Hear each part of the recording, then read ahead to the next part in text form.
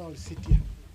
A section of ODM MPs from Western Kenya led by Budalangi MP Ababu-Terrah have dismissed allegations that ODM and its party leader Prime Minister Raila Odinga supports the outlawed Mombasa Republican Council struggle to succeed the coastal region from the rest of Kenya. The Prime Minister has made it very clear that this is not about engaging a group. This is about addressing issues that are causing concern in certain sections of the populace. They're just telling every Kenyan that we have been marginalized, we are being denied opportunities, and that we need that issue to be addressed. I don't think there is anything wrong in saying that we have this as a problem. The Mombasa Republican Council MRC calls for a separation could be a pain too much for the country's security. But even then, politicians by all advantage may have found a reason good enough to seek political mileage over this dilemma and wage war against perceived rivals.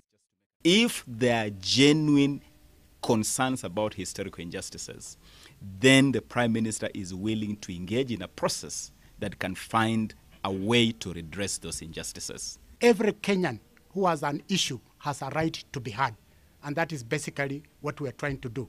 The purpose of this motion is now to create the correct mechanism of engaging these people. Namwamba says that ODM as a party seeks to address, among other things, historical injustices afflicting Kenyans and not exclusively MRC's grievances as supposed. What this motion seeks is to establish a parliamentary select committee to be styled as the Parliamentary Select Committee on Regional and Ethnic Historical Injustices, to expeditiously determine the exact issues fueling the emergence of groups such as the MRC, and explore and recommend within 60 days reasonable, concrete measures to redress those issues in line with the Constitution of the Republic of Kenya that protects the nation's territorial integrity and guarantees justice and inclusivity for all Kenyans.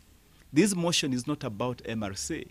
This motion is about finding a platform to start addressing concretely the question of historical injustices.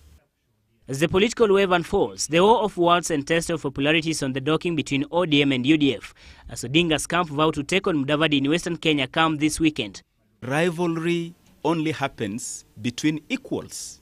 UDF is not our equal. UDF is not an equal of ODM. While ODM has matured and is running its own home, UDF is a baby still in diapers. So how can you expect rivalry between a mature man in his own homestead and a baby born yesterday still peeing in diapers? It, however, remains to be seen as to how exactly will the government deal with the group, given that President Kibaki showed the resolve with which his government is determined to deal with, whereas the Prime Minister Raila Odinga and his former Deputy Musalia Mudavadi Internal Security Minister Professor George Saitoti appear to sympathize with the faction. Samuel Tawish, GBS News.